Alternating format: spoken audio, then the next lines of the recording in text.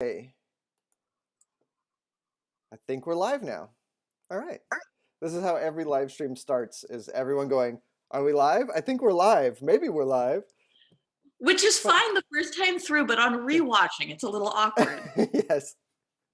Well, anyway, hello and welcome to Drawn to the Shop. My name is Tyler Crook. I'm your host. And today we're talking to Katie. We're live now. I forgot what your last name is, Katie. Oh, Going, these days I mostly use Pride. Maybe we're live. Perfect. Hold on, I'm getting a weird little echo. It was my fault. I had the YouTube page open. Oh, okay. So Drawn to the Shop is the show where we talk to a comic shop owner and I draw a drawing for that shop. And then anyone who spends $100 or more in the shop between today, which is April 12th, 2020, and this coming Wednesday, which will be April 15th, 2020, anyone who spends $100 or more at Books with Pictures will be entered to win the drawing that I do today. And here's Katie. Hello. You want to introduce yourself? Hi, I am Katie Pride at Books with Pictures in Portland, Oregon. We are in a beautiful historic building on Southeast Division, and it is a raging mess right now because I have been working all by myself with no customers for 3 weeks. Yeah, that's me. Nice. I think every shop that I've talked to has like basically foregone having a retail space and it's all shipping now. Yeah. Yeah. Yeah, my mailman came in the other day and he was like, wow, this is a really nice mail order warehouse. Have you considered opening a retail shop front? I think you'd do great at it. Yeah. No way. He took my, massive mail bin of packages because that's what I do. That's what I do now. Yeah. It's a mail order warehouse. Yeah. All right. Well, and then today I'm going to be drawing Kitty Pride from the Marauders series. Which was that? Was that last year that came out? I mean, it's currently running, as much as any book is currently running, and it's very cliffhangery right now. So, but yes, it is ongoing. All right. So, first off, what you're open right now, and yeah, sort of. People can order books for pickup, curbside pickup, and for delivery, local delivery. Mm-hmm. How is that going? How's that been working for you? It's great. It's honestly been as much demand as I can manage and more. So I sent all of the staff home on. We were just saying time has lost its meaning, but I sent all of the staff home. The last time I had someone here was March 19th. So it's been almost a month. Mm-hmm. And so they're all home and still getting paid and doing whatever work I can sort of push that way. So one of them is working on the website and one of them is working on recommendation sort of graphics. So, we're, but otherwise here in the shop, fulfilling orders and doing shipping and deliveries and all of that, it's just me. So I'm behind in my queue of orders, which is way better than not having any orders. Yeah. But it does mean I'm spending a lot of time asking people for their patience. It's surprising how much time that actually takes. Like packing something takes forever. Yeah. And the way that I'm doing the majority of the orders, I mean, obviously if someone writes in and says like, I really want the latest 3 Wicked and Divine volumes, I'm happy to send those. Mm-hmm. But I thought about it really hard when it was clear that we were going to have to shut down, and we actually closed the doors a little bit before the closure order, because it was clear that we weren't going to be able to dodge it, and it didn't seem worthwhile to sort of put people at risk for a couple extra days open. Yeah. And so I spent a lot of time thinking about how people shop here and why people shop here. And we have a full e-commerce portal that is almost ready to go. But I didn't want to prioritize that, partly because it's not ready and partly because it's not how my customers shop. People really come here for recommendations and guidance and, um, to see what's cool and to be able to browse the new offerings and, find weird old stuff. And it's hard to do that in an e-commerce situation because e-commerce is based on like search for what you want and click buy. Yeah. Um, and so I set up this increasingly refined, but at least definitely to start, very clunky Google form for people to write in with what their budget is and what they're looking for and who they're purchasing for, so that I could shop for them. Mm-hmm. And they take time. They all take time. They're faster. So that people have the option to hit surprise me or ask for to be consulted on the books. And cool. Mostly checking in with them is about like, do you have this already? Because especially if their tastes are very specific, there's only so many books that are going to fulfill that need. It's more than one, but probably fewer than 20, and the chance of overlap is high. When they're like, I only like books that are about dogs that are also men. Yes, exactly. That's the thing. Yep. And again, there's more than one, but fewer than 20. Yeah. So you want to, and so there is the like, read the request, think about and shop for the request, email or text message the person, go back and forth on the request. Oh yeah. Settle up on what you're actually doing, ring them through the computer, send an invoice, which is a different program than ringing them through the computer, package them for mailing, but wait, receive payment, and then actually mail them or deliver them to people's houses. It's a whole thing. It's a lot more steps than someone coming to register and buying a thing.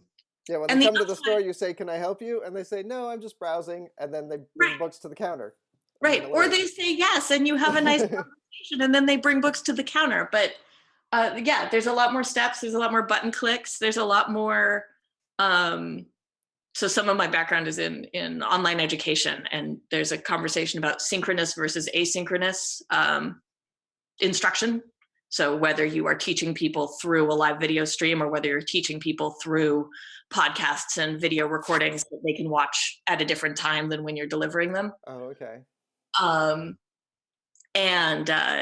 The bringing books to the counter or coming in and asking for help is a very synchronous process, right? We're doing it at the same time as each other, and when it's done for both of us, and then we both go on. But this process makes everything very asynchronous. They place the order. Some number of days later, I get to it. I send them an email. They get to their email whenever they get to it. And so I have these piles and piles of stuff in various states of done that I then have to sort of go back and revisit when I get the email response. And it's fine. A lot of it's very fun, but it's definitely a different system. Yeah. And there's some learning curve involved. It seems like the sort of thing that would, like on some level, give you like a different appreciation for the retail system. Like as far as it'll like make you think about like how to meet people's needs differently than you would normally. Yeah. Like in a neat way. Like, and like there's something, I don't know. I feel kind of like a weirdo, like trying to find the silver lining and everything, but I'm constantly like, that's kind of a neat thing that you're learning today. Yeah. No, I mean, I think that one of the best ways to manage this situation we're in is to be as curious about it as possible. Yeah. Is to respond to all of the, something has changed drastically again, and that's hard to deal with, is by responding to it with like, well, what can I learn from that change, and how is the world responding to that change, and how, try to be a little anthropological about it, just what is happening to the people around me. Yeah. On the chat, Donald Orr says, stoked to pick up some books tomorrow. Yes, you So that's are. cool. And Just Raina says that they go there for the comic for your comic foo. I do have comic food, Raina. I also have this signed Sleepless Volume 2 for you. So it's got a flower in it. Layla came in and did some signing and sketching for me this past week, and Raina claimed that on Twitter. Nice. Yeah, I saw those pictures on Instagram. That was pretty awesome. Yeah, that was actually so Layla was the first person who'd been in the shop in literally 2.5 weeks, and it was a little unnerving, honestly. We were both masked up and we kept our distance and it was fine. But she had a regular, one of those amazing super fans who buys everything she does and buys a lot of her original art and is just sort of really into her work, who needed these 2 volumes of Shudder that she didn't actually have in her personal sort of sales stock. And so she sent him here and he bought them from me, and then she came in to draw on them so that we could mail them to him. Well, that's awesome. And she's like, well, while I'm here, so she drew in all the other stock that I happened to have around, except I did notice there was 1 volume of Sleepless restock that we missed. So next time. Yeah. Hey, and just for everyone watching, you can see Books with Pictures phone number is up on the screen. Yes. And you can call in with your order or your questions. No! Oh, no! Wolverine's not the best at what he does. Not the best at what he does. Well, if what he does is holding this oversized receiver, no, he's failed in that task. This phone is on extended loan from Jay Edidin, actually, of Jay and Miles Explain the X-Men. And one of the things I love about it is that it was made in 1994, it says here, which is a lot of years ago, actually. Yeah. It works fine. It makes a little chirping, chittering sound, which we'll hear if anyone calls me. Which I like to believe is the sound that a Wolverine makes, because they're like, they make a little chirpy sound. It's not a vicious or imposing sound in any way. So tell me a little bit about the history of Books with Pictures. How long have you guys been open? We will be 4 years in May. And how long at your new location? We moved here. We opened in June of last year in this location. So today is actually, the new location is this great historic building. It was built in 1926, and it's actually been some kind of comic book store or bookstore since 1972. Oh, that's rad. I knew it had been a bookstore before you moved in, but I didn't realize it had been a comic shop before. It was. So immediately before, so it was an antiquarian bookstore called Longfellow's for 26 years. But immediately before that, it was actually a Pegasus Books, which is the precursor to Things from Another World. Oh, really? And Pegasus, so Mike Richardson's comic book shop, they had at some point like 7 or 8 locations in the Portland metro. And this was one of them for about 5 years. And before that, it was Serendipity Corner, which was a comics and bookstore. And that's a pretty cute name. What a cute name. I have one of their old business cards too. Serendipity Corner Comics, that a lot of folks who've lived in Portland their whole lives still come in and are like, I got my first comic here in the 70s. Oh my God, that's so rad. Which is great. It was also when it was Pegasus, it was also, they were doing video rentals. So there's like a whole wall where sometimes, like, you know, you have sense memory about places, right? So people come in and be like, oh, I rented, you know, whatever we were renting in the early 90s right here. I rented it, right, you know. That's so awesome. But the building, one of the reasons it's so cool is because it has a full basement where we have a record shop called My Vinyl Underground, and a full apartment, 3-bedroom apartment above where I live with my kids. So one of the reasons that I've been able to be sort of on the ball with orders and all of that is because I am still sheltering in place. I'm home Yeah. right now. Um, and so that's sort of, I think, intensified the quarantine. But yeah. Um, so yeah, so I live above the shop. I'm here all the time now. What like why did you start a shop? What what what crazy pills were you taking? That's a great question. I mean, I love comics. That's got to be step one, right? Hmm. But I was working in tech. I was actually uh, what do we call it? I was a founding partner in a little tech company with my childhood best friend, um, which was in a lot of ways an amazing gig.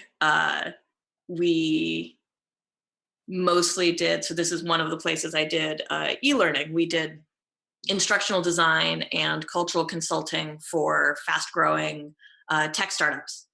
Um, Particularly when tech startups hit a hypergrowth phase where their teams were suddenly growing faster than they had time to train new hires in the sort of one-on-one way that they were used to training new hires, and had to Mm, scale that to something that looked like classes.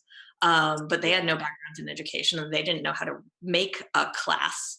Um, and I have a lot of background in education, and my partner has a lot of background in cloud software, which is mostly who we were working for. And so the two of us working together did a lot of onboarding and internal training design for tech startups. Okay. So we did that for almost 4 years. And it was the best thing about that job was I was doing it remote. I was traveling mostly to the Bay Area, like 1 week out of 4, more or less. Hmm. So I was gone. I was on site 1 week and then remote for the other 3. My kids were super tiny, so it was a lot of travel for having tiny kids. Yeah. But And so you were actually doing the training yourself. sometimes, so it depended on the client and what they needed. But even if we weren't teaching classes in the classroom, we were still going down and meeting the teams and sort Yeah. of consulting with. It's, as we are all learning very much right now, there's stuff you get from in-person meetings that is just hard to replicate by talking to people on video screens. Yeah. Um, but I'd been doing that for a few years, and the best part of the job was waking up every morning and talking to my best friend, because she's amazing and she was great to work with, and we were a really productive team. And we sort of wrote a prenup when we started, um, that was, if we ever felt like we were going to have to make a choice between the friendship and the business, we were going to choose the friendship. And as the years went by, so I had 2 little kids. She actually had her first kid while we were doing this job and was an amazing trooper through this kind of rough pregnancy, still going to meetings and suiting our way around the Bay Area. And it was hard. Yeah. And then I sort of ran things solo while she was on maternity leave, which was not nearly as long as any compassionate person thinks a maternity leave should be, but we can handle. Um, and then for a handful of reasons, it became clear that we needed to be done. And sort of some client friction and some interpersonal friction, and but we had enough projects in flight that we were like, I think we gave ourselves a 7-month off ramp. It's like, we're Hmm. not going to take on any new clients that are going to extend beyond next April. And so we had a good long chunk of time to finish the projects we were doing, um, hire our replacements in a lot of cases, like make sure that the companies were good to go without us. Yeah. And Yeah. uh, and for me to figure out what I wanted to do next. And so I was thinking about jobs I'd loved. And I, in the 90s, worked in an indie bookstore in Monterey, California. That was by far my favorite job ever, but it was it was a high school job. I was a clerk. Yeah. Uh, and it is working in person in a bookstore hits a ton of the stuff that I am good at and I love, in terms of connecting with people and remembering what they like and remembering their names and their kids' names and their dogs' names, and connecting them with the new thing that they absolutely need to have. And I really love those interactions, and creating events and creating a community. I was in grad school for 6 years, and I did a lot of conference organizing and seminar organizing. And it's like, oh, I get to run talks. I want to run talks. I love running talks. Every once in a while, I call the talks we have in the shop lectures, and people look at me sideways because that's not a sort of like appealing thing to call talking to you about things. Uh-huh. I've got that academic background that means they're all lectures. Well, and most if you do a lecture about comic books, it's usually someone like snidely telling you that that's not really Spider-Man's power. Right. His real powers are this, and Which is not really how we do around here. No. So in any case, so I was personally reflecting on sort of what I loved about different kinds of work. Meanwhile, I was spending way too much time getting really worked up about the first round of, it's like Voldemort. I hate to even say its name, but that first round of people being assholes on the internet and telling women and minorities they shouldn't be in comics. Yeah. And I was just so angry about it all the time. And I spent a lot of time hanging out with my comic book friends and talking about what comics really needs is. And one of the things that I felt that comics really needed was a sort of unhesitantly feminist, queer friendly, inclusive, people of color friendly space. That wasn't just like, we're here for everybody. It was like, no, we're here for you. And if you are a person who has been made to feel unwelcome so many times that you have stopped trying, it's not enough to say, we're here for everybody. You need someone to say, we're here for you, because otherwise stop trying. And you don't hear everybody as including you anymore. And so I really wanted to make that space. Not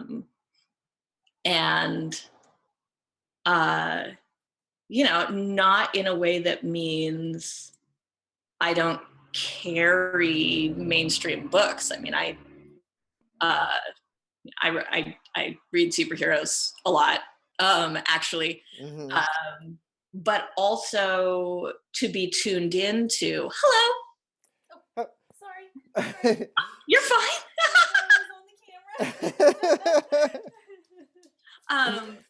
To be tuned into when, the lesser known queer creators are putting out new work, I want to be the person that you are sure is going to have it. Yeah. And to sort of be tuned into those sort of more marginalized communities and make sure that we're making spaces for them on the shelves, and make sure that we are creating a space where folks from those communities can throw events, and sort of be heard and have a home. And I'm really proud of the ways that we've been able to do that. I think you accomplished that a lot. I think you have a beautiful shop. And it's funny to even point this out, but it's like well lit, it's clean, it's organized. It's it's like it's the kind of place where you really do want to like sort of go and look for a book and bring your kids and bring your partner and hang out and look for something cool. I love how much we get to be I get a lot of dates. It's a public space where people have first dates. Really? That's really funny. Especially since there's bars and coffee shops just up the street. And so it's a pretty it's a fun place to meet in public and share your taste with someone. Yeah. And the sort of like first date conversation of, oh, have you read? Oh, let me show you my favorite thing. Oh, have you seen this? is a lot of fun. As long as it doesn't turn into people explaining things to one another, which is tedious as hell. As long as it's enthusiasm rather than correction, it's fine. Yeah. Again, with the Cyclops' powers don't really work like that. So when did you get into comics? Has it been a lifelong thing, or is it? It's been an on again, off again thing, honestly. So there was no comic shop that I was allowed to go in my hometown. There were comic shops, but you just couldn't go in them. There was a comic shop, and it was the sort that's like next to the head shop, and definitely not for young people, and definitely not for young people. Yeah. So I didn't have sort of comics in my childhood in that form. I had a very treasured collection of Ray Bradbury adaptations, single issues that I got from like garage sales. And I read a lot of, Calvin and Hobbes and Doonesbury. I like to say that, so I was a religious kid, and I like to say that Doonesbury was my first major continuity after the Bible. But, and then in high school, I got super into Sandman because I was that kind of gothy child. And just, wanted to be death more than anything. And really, I realize now when I look at the dates, so I was reading Sandman because my mom owned them. Really? And then because I was working in a bookstore, and the bookstore carried the trades. And so I could get them there. Sandman was really interesting. Like when I was in high school, I was the only person I really knew who was into comics. But like Sandman would like show up at I was also like into sort of the punk goth scene in my school, and so like Sandmans would just sort of show up at different people's houses randomly. I'd just be like, "How did you even know this existed?" Yeah. And then after Sandman, it was Transmetropolitan. And then Small Favors, actually, which I feel like Colleen and I are friends now. But the first time I met her after having been sort of having my sexual awakening shaped by her girly porn, it was a heck of a first meeting. That's Colleen Coover. Colleen Coover's Small Favors, which is an absolutely charming pornographic comic strip about some young lady and her conscience who fall in love and have a tremendous amount of really filthy sex. Someone in the chat, or just Raina, asks, "What is this drawing from?" This is Kitty Pryde. She's from the current Marauders series, and I won't spoil why she broke her nose. It's not like the third page of the issue, but you won't spoil why she broke her nose. I'm realizing now that I don't have the YouTube open, and so I'm not even seeing the chat. Oh.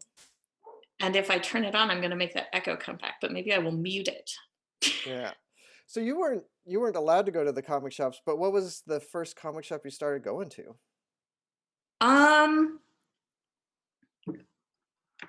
I was always I was a bookstore person and a trades person. My first regular comic, so I went to Emerald City in Eugene, which is where I was in college, but not a ton. That's a comic shop, not the convention. Yes, the comic shop in Eugene, Oregon, where I now also have a comic shop. Oh, that's right. I do. We need to talk about that before we're done. We definitely should. It was probably Excalibur here. Oh yeah? Yeah. That's like, has it always, like, how has that shop changed since you started going in? Because it seems like a very sort of very nice but also very sort of traditional comic shop. It is Portland's it's Portland's oldest comic shop, and it's also definitely like our most traditional comic shop. Mm-hmm. So that's, I tend to not be a super traditional comics reader. So it's a space that, especially like before I was doing this professionally, I often found really intimidating. It is so many boxes full of so many amazing things, and I I get very overwhelmed by it. Which I don't know. I'm saying here on the internet, exposing my fake geekness. But I do. I love going to conventions, and I love, going to big comic shops, and I still get overwhelmed. Yeah. I like a curated space, and I like a really, really organized space. And I like the spaces that are like full of things, but I don't want to live in them. Yeah, and there's different, like, I've been in shops where there was just like piles of stuff everywhere, and there's some days when that's like wonderful. Right. And then there's other days when that's the like not where you want to go. Yeah, exactly. And Excalibur is not that. Excalibur is scrupulously organized, and they board everything, and it is very tidy. But it's big, and it's mostly long boxes. Yeah. And then any trade you could possibly need around the walls. They have, I think, probably 5 times my stock. It's amazing. But it's really overwhelming. Yeah. And but yeah, I think that like that's the first shop I had a pull box at, rather than sort of going to bookstores and buying trades. Oh, neat. I still have never once had a draw box anyplace.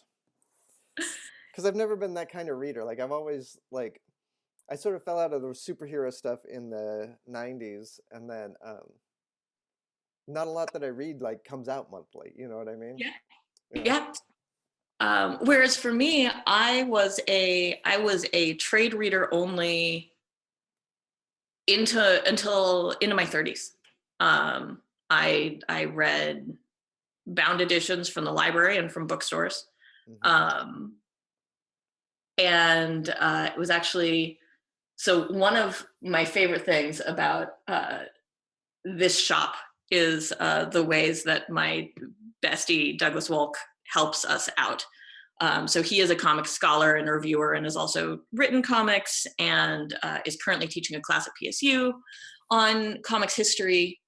And I didn't know he did that. He is doing that right now. That's awesome. And is finishing up a book about reading all 27,000 Marvel comic books out next year. And has he been able to do it? It's so close. I mean, he read them all, yes. Right now, it's just sort of that last revisions hurdle. Gotcha. Done. But literally, our second conversation, I was like, "Wow, you read a lot of comic books. That's cool." And he was like, "Well, do you read comic books?" And I said, "No." Because I didn't have a pull box anywhere at the time, or maybe I did, but I was just pulling like Buffy and Squirrel Girl or something. Uh-huh. And I was like, no, not really. I'm not really a comics fan. Let me explain to you why. And the answer was because I have these, piles of trades, but I'm not a collector of comics. I'm not a real fan. And I think I probably took 5 minutes to explain to him why I was not a legitimate fan, and he just spent the whole time listening to me with his head cocked, being like, "These are ridiculous things you were saying to me. You are obviously whatever counts as a real fan, and also, is that really a helpful category right now? Like, come on." Yeah. And it was kind of the first time that I felt not embarrassed about the ways that I prefer to read comics. And as I've put the shop together and sort of built this space, I try to really channel that conversation. Like, it was a big deal for me, that conversation. Mm-hmm. But I try to remember sort of how embarrassed and self-conscious I felt talking to this person who I rightly perceived as an expert, who knew a great deal more than me. Mm-hmm. because I think a lot of the people who come in the door here feel that way, Yeah. and feeling that way and coming in anyway is a big deal. And so sort of taking care and training my staff to take care, not to ever make them feel embarrassed or, like they've done something wrong or like they don't know enough to come in and read a comic book.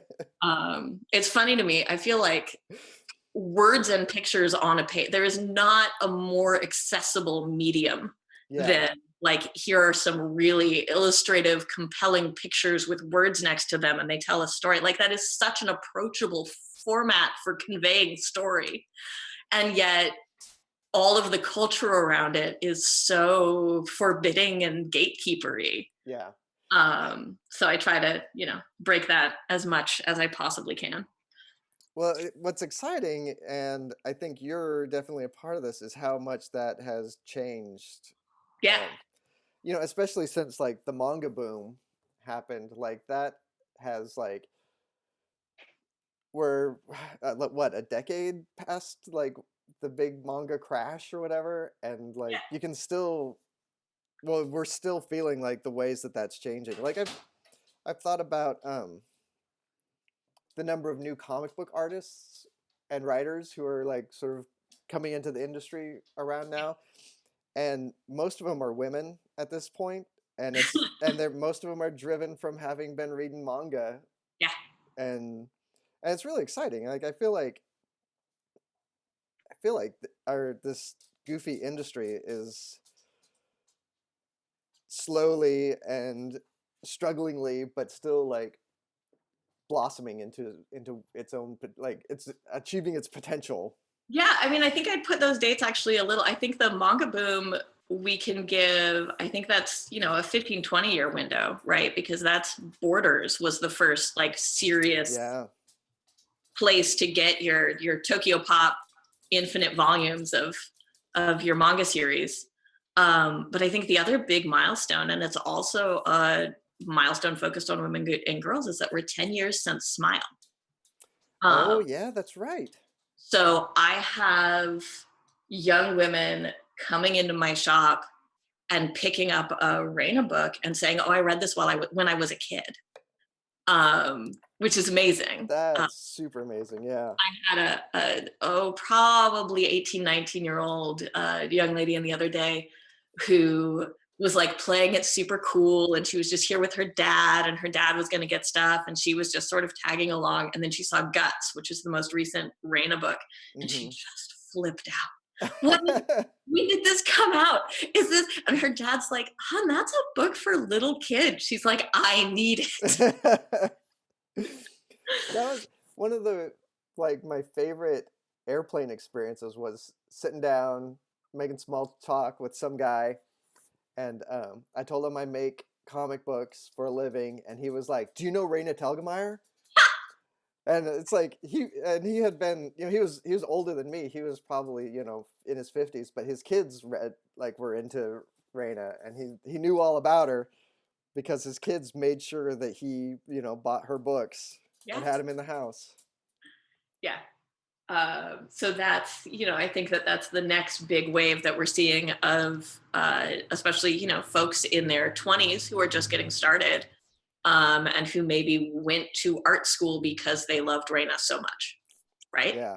That's right now. And we're going to see those folks starting to make professional comics right now. And I'm so excited. Yeah, no, it's super neat. But yeah, I do feel like 10 years ago, the big story in comics retail was, ignore manga at your peril. And for the last 10 years, it's been ignore Reina at your peril. Yeah. And Dogman. Well, I mean, yeah, Dogman's wild, especially since Dogman comes out twice a year.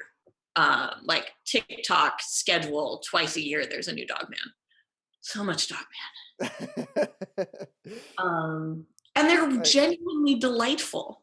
Yeah, I read my first one just last year, and yeah, they were funny, and they're smart, and they're really cute, and for a lot of kids, they are the first like whole book with chapters that they can read on their own, and they've got a lot of pride with that and a lot of attachment to that. And there's jokes and yeah. Are a lot of kids still reading Bone? Bone mostly, yes, but Bone mostly goes to parents with nostalgia for it and then is given to children. I very rarely have kids come in on their own for Bone. Interesting. Um, I guess that's like I've owned like I think 4 copies of the big omnibus, yeah, and you know, I just keep giving it away. yeah, which is great. Yeah. Yeah, Bone's lovely. But I could definitely see that being like a parent giving that to kids sort of a thing. Yeah, it's a really good. So the Amulet series is super duper popular, and has been cliffhangered for more than a year now, and the kids are all going to lose their minds because there's no set date for the last volume, and it's everyone knows it's the last one, and it's just not coming out. So Bone is one of the books that I give to those kids. Here, this goes a lot of volumes too. You will be reading this for a while. We got some comments in the thinger. Artie Sanchez, loving it. I'm going to be talking to Artie tomorrow or next week. He runs Four Corners Comics in Gettysburg. Nice. And then Greg Lincoln is here. Hi, glad you're here. Sorry you missed the beginning of the drawing. You'll be able to watch this again afterwards. Like it'll be up on YouTube.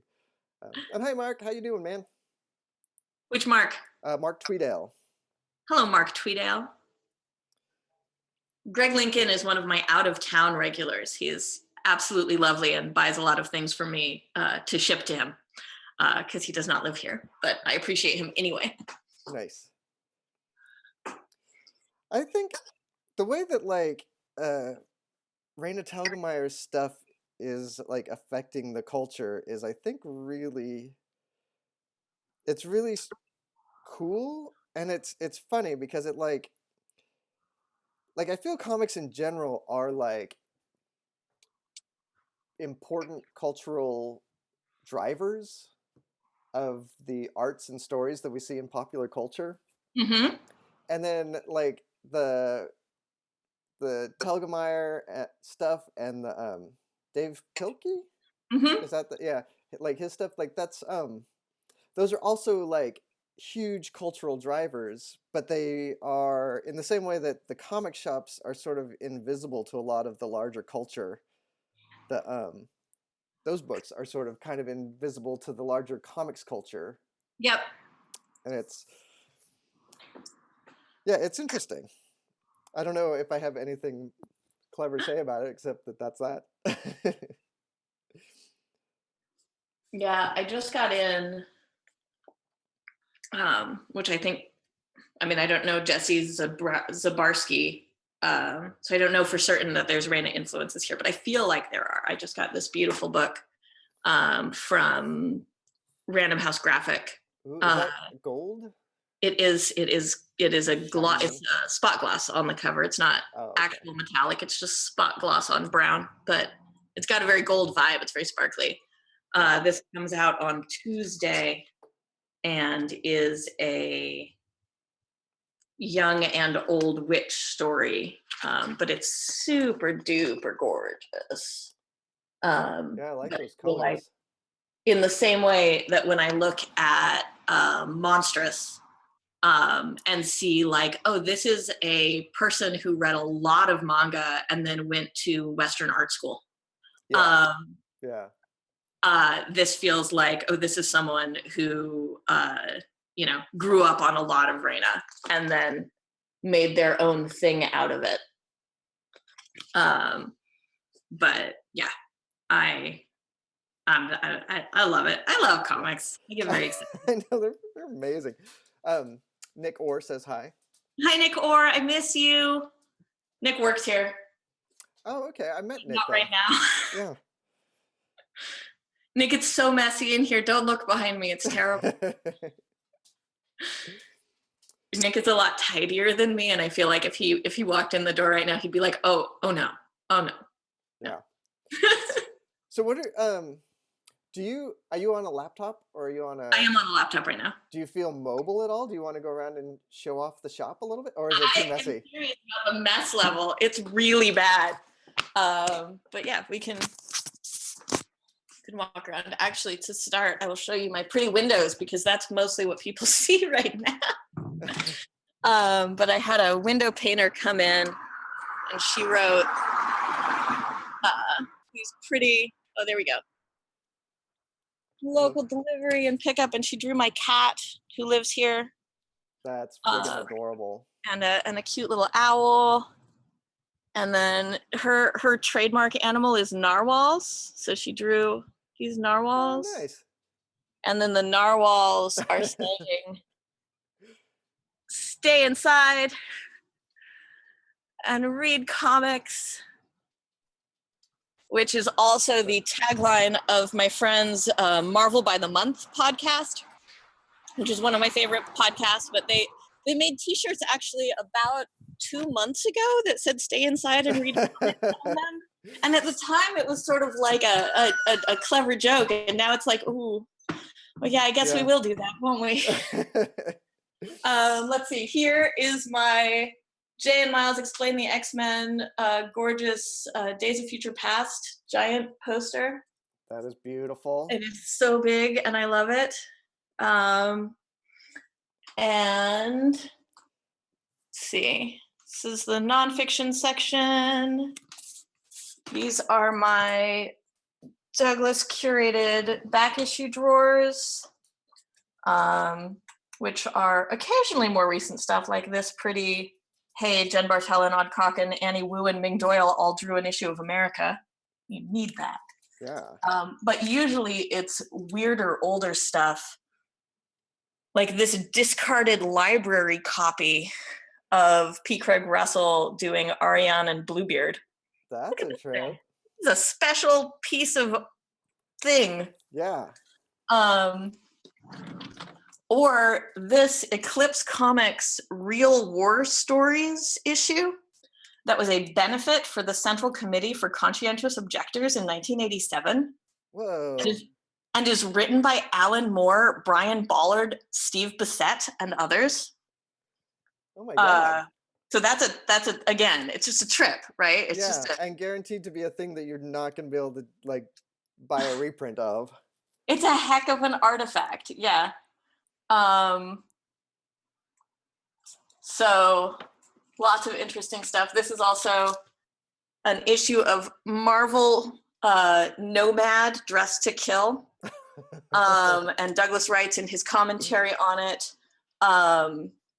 Nomad, who was the Bucky of the 1950s, goes undercover in drag to catch a killer. Remarkably decent politics for its time. Its time being 1993. So this is. Does he have an eye patch? He has some really terrible wraparound shades. Oh, okay. Yeah. And then let's see, the YA section is definitely it's a mess. It looks like we've been robbed, and we have not been robbed. Selling books very quickly and not tidying after myself. But the kids section is in here. It's a little bit cozy. There's the bone. And there's the dog man there. Nice. One of the things I did when I was getting ready to open the first time was I had a bunch of conversations with my various friends with various sort of needs and concerns. And one of my friends has a son with Down syndrome. And I asked her what she needed to feel welcome in the shop. And she was like, well, the important thing to know about my kiddo is that he is a runner. And if there's a path from wherever you want him to be and a door, he will go out it. Wow. And so to sort of accommodate that, it's one of those things that it's like everyone's needs are specific and not everyone's needs.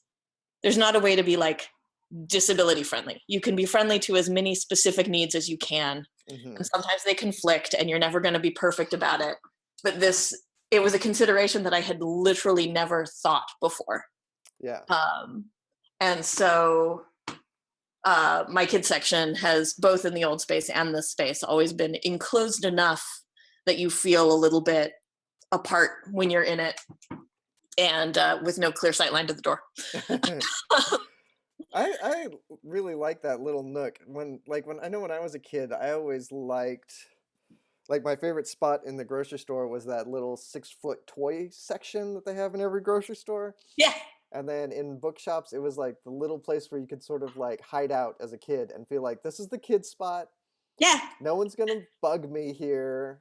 I was very much a like hide under racks of clothing kind of kid. Oh my God, for sure. You know, and restaurant tables, anywhere that you could get like fort. So eventually the plan is to do some construction and make the kids section a little bit more of a cool fort. But we'll see. It's all a matter of time. I don't know if it's going to be like a treehouse or a rocket ship or a, whatever, some kind of fort. Manga lives over here, and anthologies live here. And beautiful. Our serials section is here, and it's interspersed. So the books are alphabetical by title, with the trades, and then the same sort of alphabetical order on the wall for the singles. I really like those shelves, those plexiglass shelves you got there for the singles. Thank you. Was that something you invented? Yeah. That's awesome. Yeah, those are me. And I really like them. And then I especially I sent the design to Andrea and Eugene, who just opened Books with Pictures Eugene. And she came up with like her own little variation on them. And I like hers even better than mine. Oh. So if these ever break, then I'll just get her plant. It's funny because they look very much the same. Like when you walk into Andrea's shop, it feels like my shop's cousin. Like they feel related. They don't feel like the same space, but they feel, they were designed with the same sort of eye, and color palette and, sensibilities. But yeah, so these are more cereals, more floppies.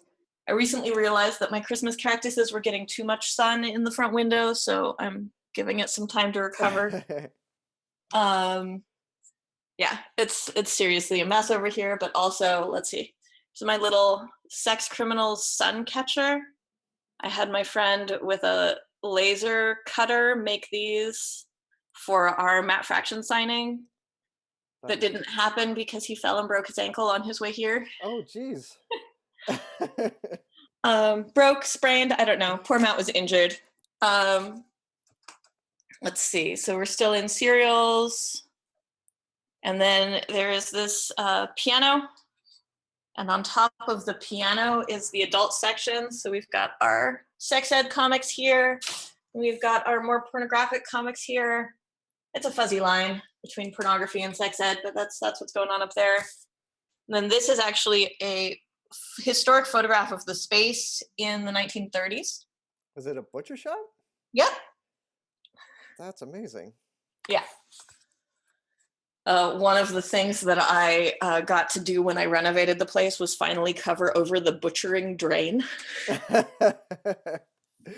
with like grooves in the concrete down to it. Yeah. Hey, I gotta ask about the piano though. Has that worked out okay? I love having the piano here. So the piano is a piano that has a very complicated story attached to it, but basically it's a 110-year-old piano that I've had for a long time, and that is attached to some very good friends and some very good stories. And so when I moved out of my old place to the apartment here, I didn't want to get rid of it, but there's actually another 110-year-old piano in the apartment upstairs that the previous tenant did not want to take with him. Oh, and yeah. So he's like, can I leave the piano? And like, it's a beautiful piano. It has a great sound. I'm very happy to have it. I also have a piano. So this piano lives downstairs and the other piano lives upstairs, and that's fine. And having the piano here is like, it's just an extra seed of like randomness in the shop, because people come in and they're like, oh, there's a piano, can I play? And you say, sure. And sometimes that leads to somebody just banging on it with one finger for like 10 minutes, and you're not sure what they think they're accomplishing. They're not. And then the other day I have some groups of like, young people who come in very enthusiastic to hang out and look at comics and sit on the couch and talk about comics. And a group of them were in, and one of them was like, can I play? And I'm like, sure. And she's like, no, I need a chair. Can I get a chair? I'm like, yeah, because there's no bench. And I get her a chair, and she sits down and she starts playing absolutely beautifully. And her friends all go quiet and they like sit on the couch and listen to her. And it's probably 4 or 5 minute piece that I don't recognize at all. Like I have no idea what she's playing, but it's lovely. And she finishes, and her dad, who you would expect maybe would know, says, wow, honey, what was that? And she goes, it's the theme for my favorite anime. I learned it on YouTube. It was amazing. Like, I'm so glad to have that interaction. Yeah. Totally balances out every sort of sketchy person who comes in and bangs on it with one. Makes me lose my mind. Let's see, our zine section is here. We've got our gorgeous sign at the I'm having trouble getting the angle on it, but it says zines up on the top, and then those are all in here. And this is sort of a combination of things that people bring in because we need them. So this is James Kettner's latest sort of fantasy piece. And I've also got his memoir pieces here. So local folks bring me in their things. Some of my friend Jesse's. And then I also, some of them I source specifically. This is Mel Gilman's non-binary zine that I absolutely adore. And it is their sort of coming to identity, coming out story. But cool. Then I also have stuff amazing that I get from like Silver Sprocket in San Francisco, or this one I get from Emerald Comics Distribution, which is based in Seattle. So different comics come from all over. This one makes me smile because Ross Jackson is a very talented local cartoonist, but I actually met him because he was my children's childcare provider. Oh, yeah? And then he was like, actually, I make comics. Do you want them? Let's see. Our bestseller section is here on the backside of the manga section. And then our cozy couch where our book clubs and stuff happen is here.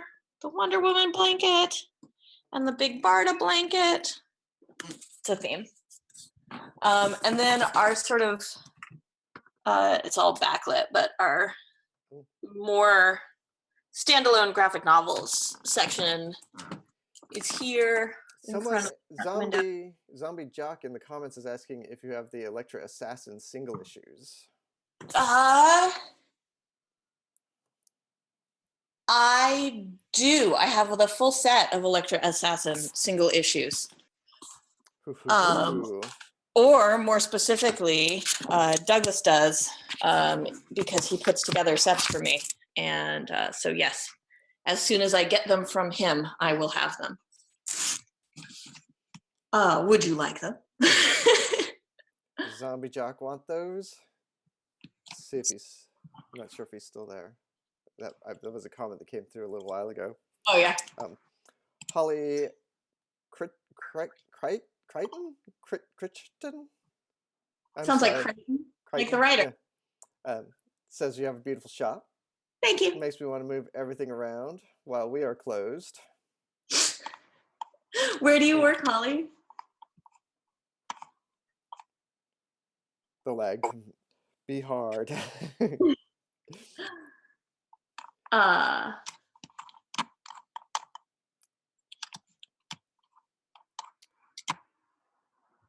Yeah, what was I checking out? I was sitting there. I was checking. We were looking for the Elektra Assassin. Yeah. So yeah, it's an 8 issue series. So they go for $3 each. So 8 by 3 is math. Oh, Zombie Jock says he does want it. Excellent. Or they. Zombie, you can call up or send an email to Yeah. bookswpictures. If you wanted to call in right now, that would be funny. I would answer my local phone. But yeah, it's going to be $24. And if you're local, I will deliver to you. And if you're not local, I will ship to you. Such a good run, right?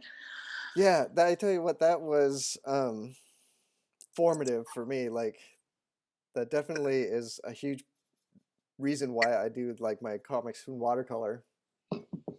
Was because I of that love that. Electric Assassin. Yeah. So what else? What kind of are there any books that you're excited about right now? You showed I us. realized today, so I have been just sort of working all of the days. And I realized this morning that I haven't read a comic book in 3 weeks, which is not like me.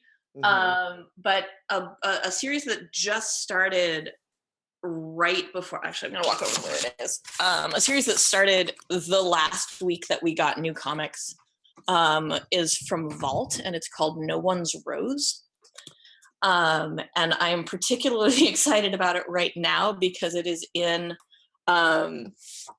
it's in a genre I'm going to go ahead and call hope punk. It is a sort of dystopian future, but it is about a bunch of kids who are fixing things. And it's very, very beautiful, and it's very sort of biologically focused. So it's about these kids who are like finding these plants and saving them. Oh, my phone is ringing. Oh. I wonder if I'm going to sell some Electra. Books with Pictures. This is Katie. How can I help you?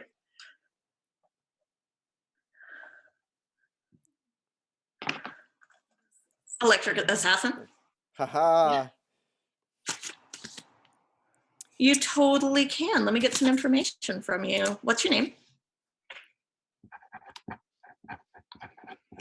Do you live in town? You live in Vancouver. Okay, I will probably ship them up to you rather than drive them up to you. So I want to get your address.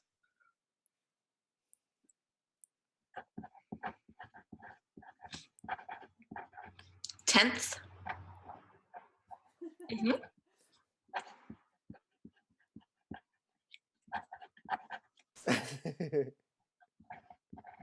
Great. And what's your email?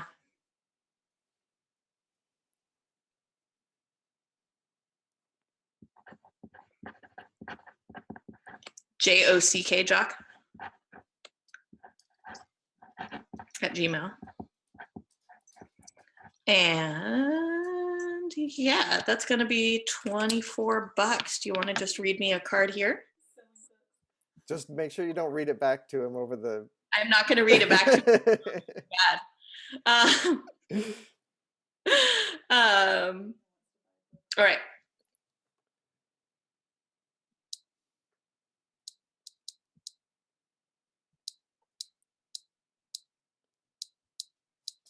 Just Raina, I'll make sure that Katie hears your comment. All right. As soon as she's off the phone.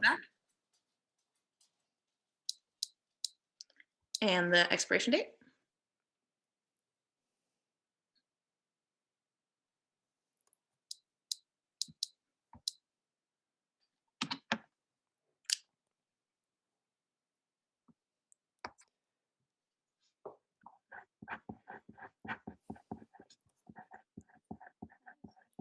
All right. You are good to go.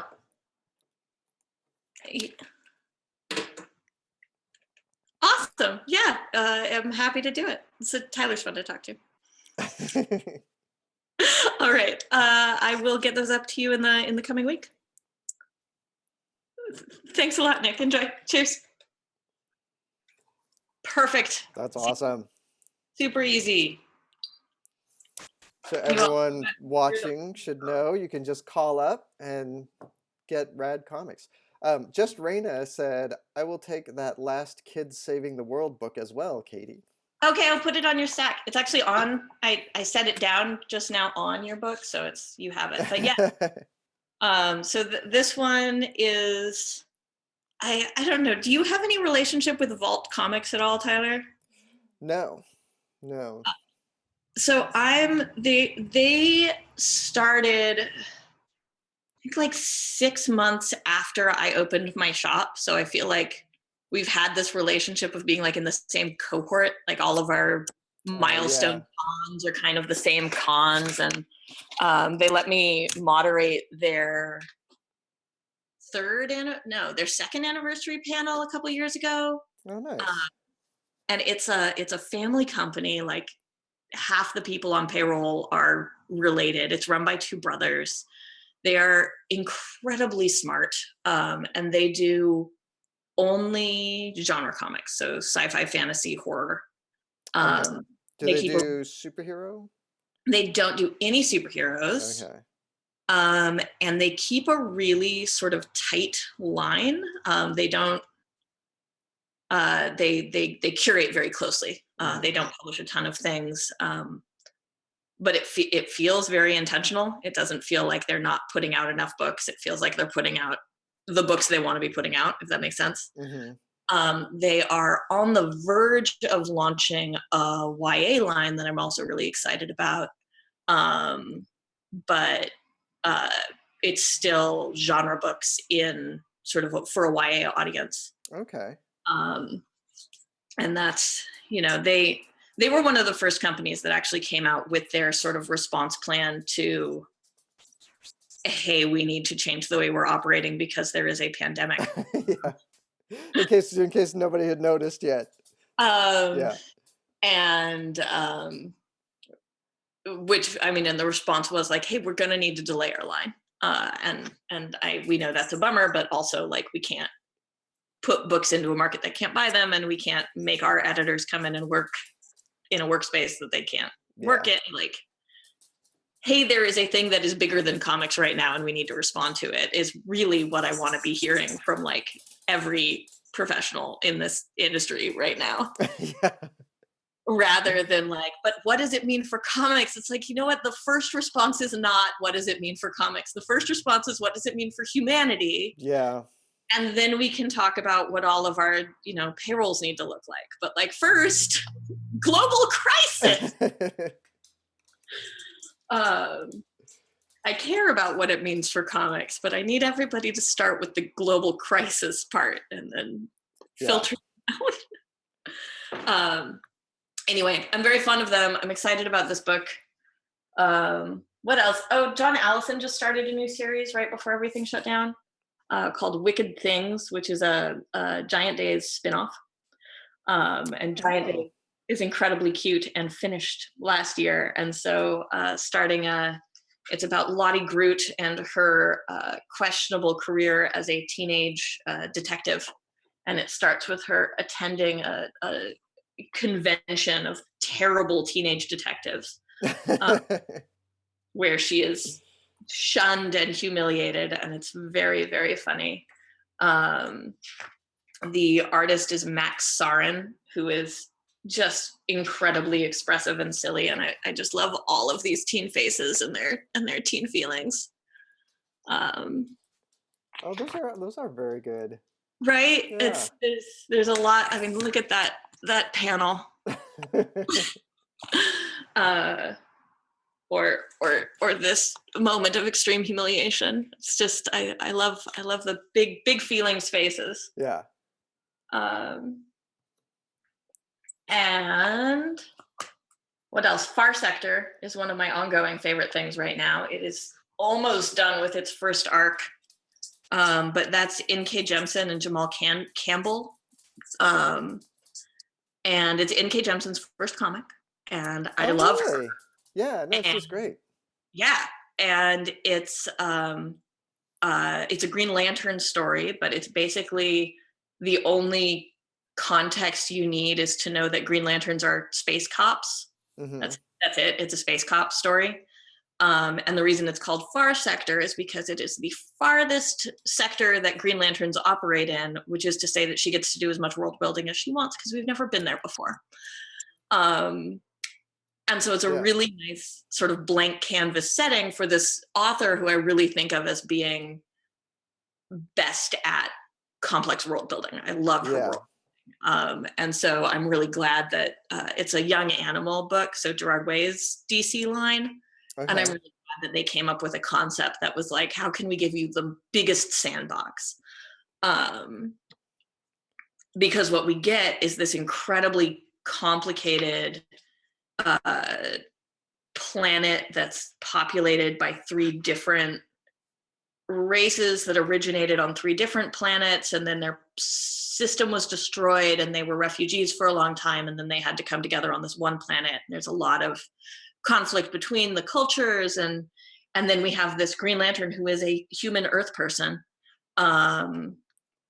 who comes to be their Green Lantern and is there for their first murder in like 5,000 years.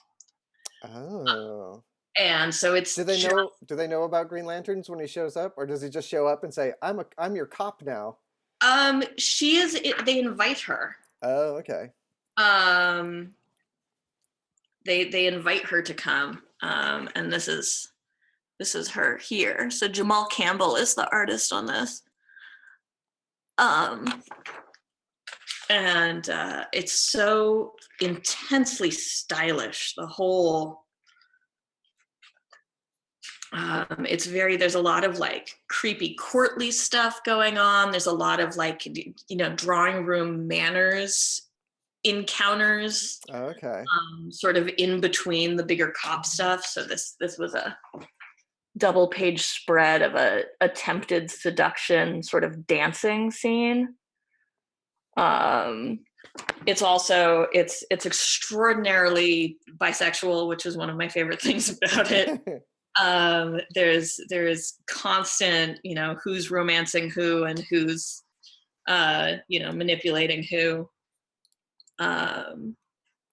There's also just each of the sort of alien species is really interesting to look at. Yeah. You got this person with a fish tail, and the environments look very well sort of conceived. And yeah, I mean, it's big. It's more than anything, the space feels, it's futuristic, like a Star Trek future. It's a very clean, beautiful, modern, like open plan architecture future. It also feels like Mass Effect, like the cleaner pieces of Mass Effect, like this very clean space architecture.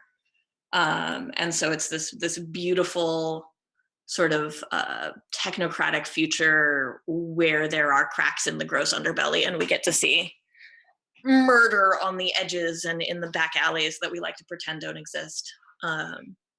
But it's pretty much a straight up procedural inside of all of that. Like the genre is, it's a detective story.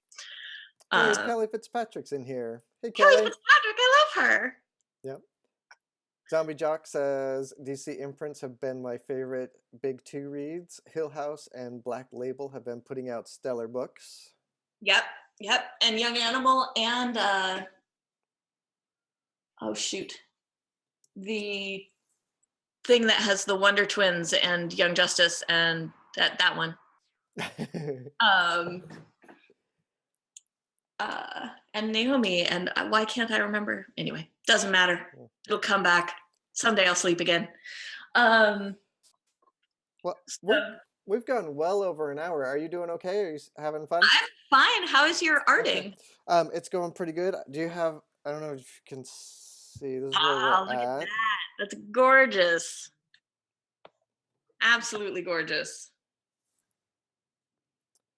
So if anyone is unclear, the drawing I'm doing right now is going to, as soon as we're done here, I'm going to pack it up and stick it in the mail and send it to Books with Pictures. And then anyone who spends $100 or more between now and next Wednesday, which is April 15th, 2020, anyone who spends $100 or more will be entered to win this little painting.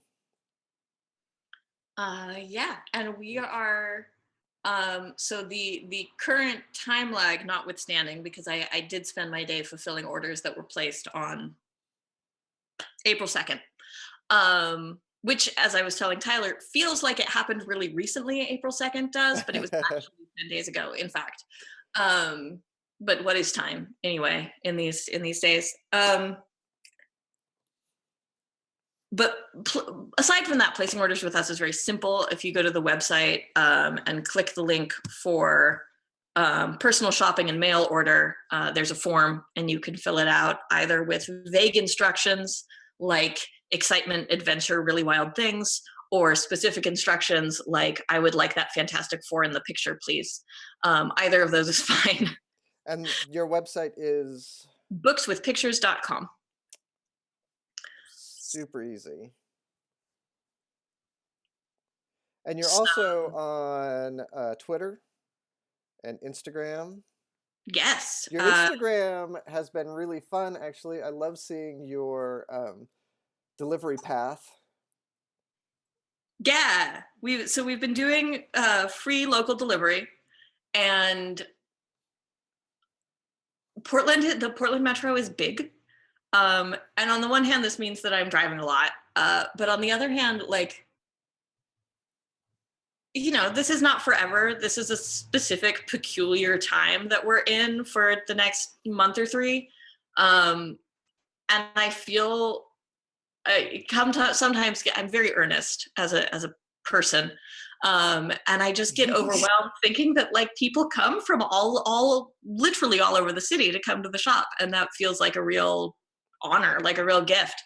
I've got a ton of my neighbors who shop here, but also people come from really all over this city to come and spend time with me and spend money with me. And I really appreciate the chance to sort of see that and see all of your various exotic garden gnomes and other yard art.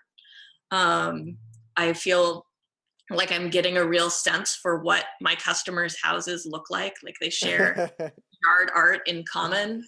Sometimes y'all have your address numbers are hard to find, but I'll be hunting up and down on a street and be like, it's gonna be this one with the yard art, with the garden gnome. I'm gonna, I'll look closer to figure it out for sure, but it's probably the one with the garden gnome. It's always the one with the garden gnome.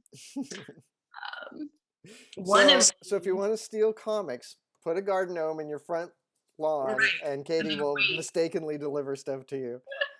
Or possibly paint the numbers bigger on your house. Insanity. Yeah. It's partly, I'm getting better at knowing when I need to leave in order to be done with deliveries at a reasonable hour. But the first couple days I was like finishing my route at 9:00 at night, and that is too late to be driving around leaving things on people's porches. And you're also doing curbside pickup. Yes, which is actually more, it's right inside the door pickup. Although I will certainly come out and leave it on your. So I realized, I was like, well, how do we do curbside? I don't want to get close enough to someone to hand them through their window. Like that's actually too close. And I don't feel comfortable with that. And so what we've been doing is people come just into the door, and the books are labeled right inside the door for them to just pick up and take. And they're all prepaid online or on the phone. But I found out that at Target, apparently what they're doing is that you have a number that you put in your window, and they bring out your order and put it on top of your car, and then they walk away, and then you can get out of your car and take it off the top of your car, and then you don't need to get close to each other, which is very clever. It had totally not occurred to me. Yeah. So that's how we did groceries the other day, and it was so hard. I mean, it's so funny, like the rules have changed. Like I had to sit in the car and let the guy like load it into the trunk. And I felt so rude because I wanted to be like, can I help? Let me get out and I'll help you out and we'll get this done. And we're a team. But it was just like, no, the polite thing to do is to sit in my car and look at my phone. Yeah. Alternately, I pumped my own gas the other day, which as an Oregonian felt very strange. Yeah. If anyone from out of state doesn't know, in Oregon, in most cases, you cannot pump your own gas. Like it's actually against the law. And now that I have lived in Oregon for 7 years or something, I never wanted to pump my own gas again. Yeah. When I first moved here, I was like, this is weird. I don't like this. But now, like, yeah, I'll never go back. It's it's partly like it's nice to have someone, do it for you, and they're better at it than you are.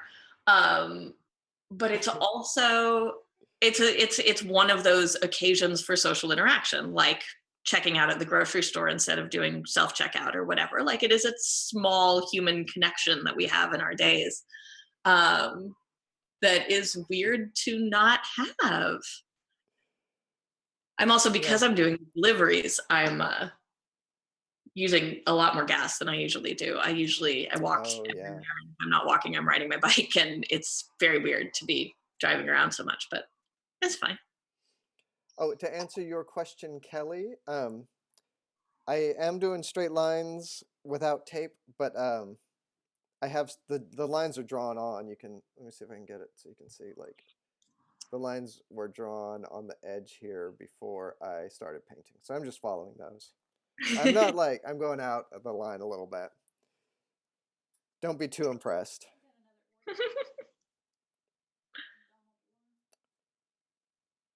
Donald Orr says, if Katie has it, I'd love to add it to my stack. What would you like added to your stack? Never Boy? Is that correct? Go ahead and confirm that if you could, Donald. That would be wonderful. Or you can just send an email or call in. Kelly, is that one that you worked on? I feel like that's a Kelly Fitzpatrick jam. Oh, is that? Yeah, totally. Tyler Jenkins and Kelly Fitzpatrick on art. Sean Simon. Do I have that? I might have that. It was a Dark Horse book in 2015. Yeah, I will have to dig it up, Donald, but if I do have it, I'll put it in your stack.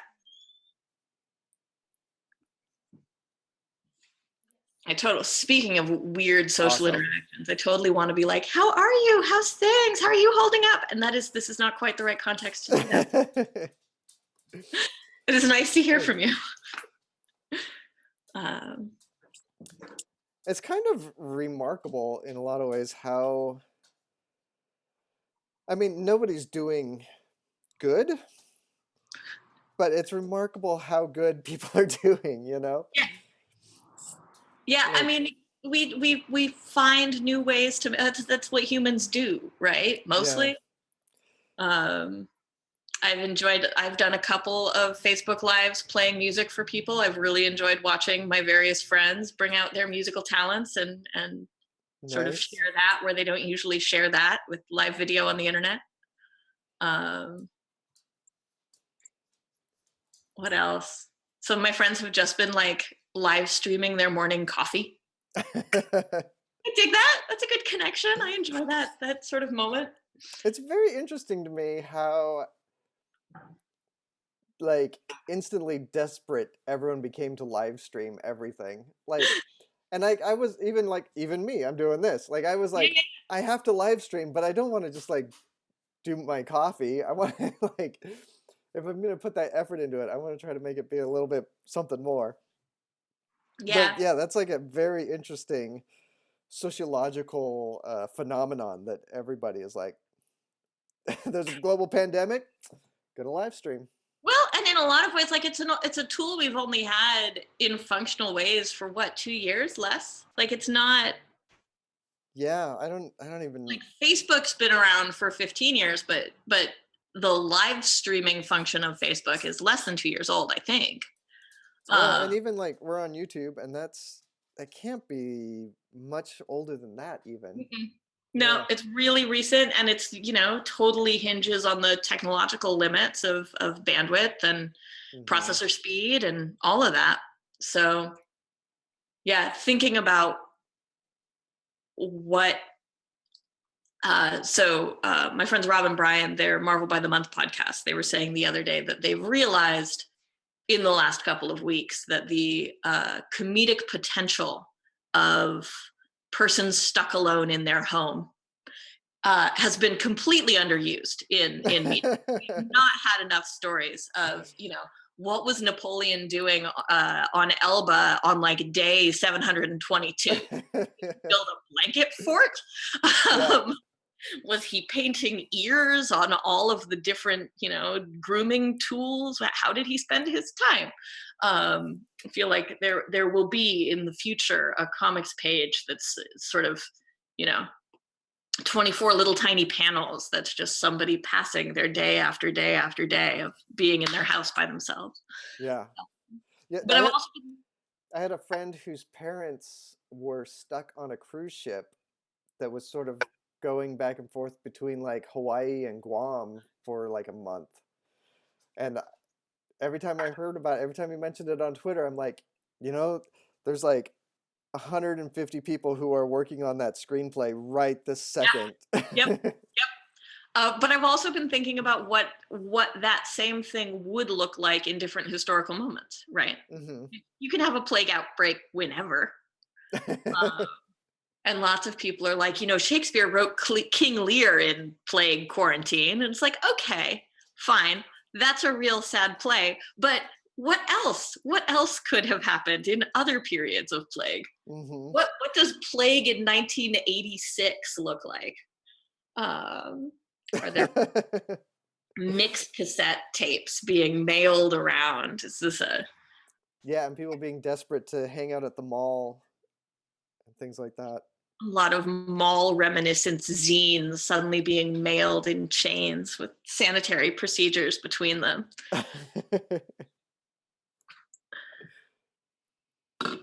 Well, I Yeah. think I am wrapping up this Awesome. drawing. Yay!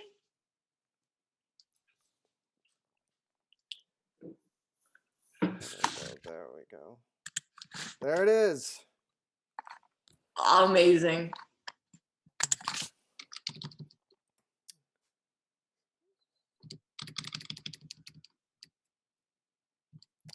Oh, that's rad, Greg.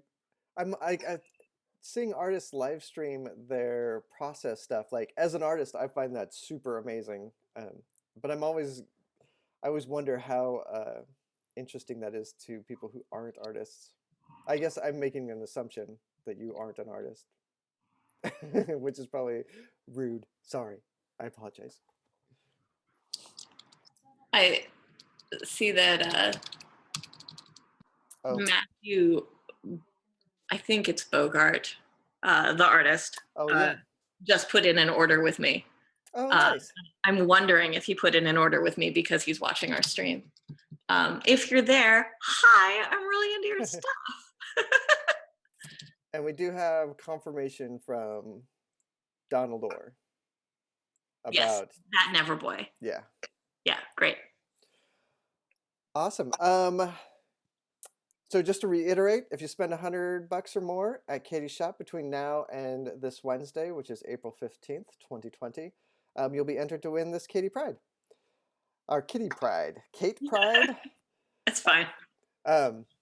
It's Kate. It's Kate. Well, no, you told me you were talking about Kitty, and you told me when we were talking earlier, you were like, you could do Kate Pride, and I was like, is that Kitty Pride? Because in the Marvel Universe, you never know. There could be a Kate Pride who's a completely different character. Different dimension. Yep. No, Kate is just what Kitty says when she gets hard. She has knuckle tats right now. You can't see it in the image you're referencing. She has knuckle tats. Say hold fast. Say, hold fast. Yep. Yeah. She's a toughie. Mm-hmm. Yar. All right, and do you want to go over your contact info one last time, Katie? Yeah, so you can, the tricky bit is that as you can see on the screen, when you email us, it is bookswpictures, not books with pictures. I don't know where those emails go. It's me, bookswpictures@gmail. Facebook is Books with Pictures PDX, unless you live in Eugene, in which case you should go to Books with Pictures EUG. Mm-hmm. It is also Books W Pictures on Twitter and on Instagram, and those are all of the places. And then my phone number's on the screen. Yeah. So order some books. Yeah. and support your local comic shop. It's important. You know, it's sometimes I feel really goofy talking about how important comic books are, but they are actually really important. Like they're not just like it's actual art, it's actual culture, and everyone who works in the comic book industry, like the only reason to do it is because you love it. Like there's maybe like 1.5 millionaires in this entire industry. Everyone else is doing it as pure labor of love. So if you love them, then you know a bunch of there's a phone number on the screen of someone else who loves them. I do. It's true. Thank you. This was really fun. My pleasure. Yeah, it was super fun. I'm glad you were able to do it. Yeah. All right. That's it, and we're signing off. Cheers. Bye, everyone. Thanks for watching.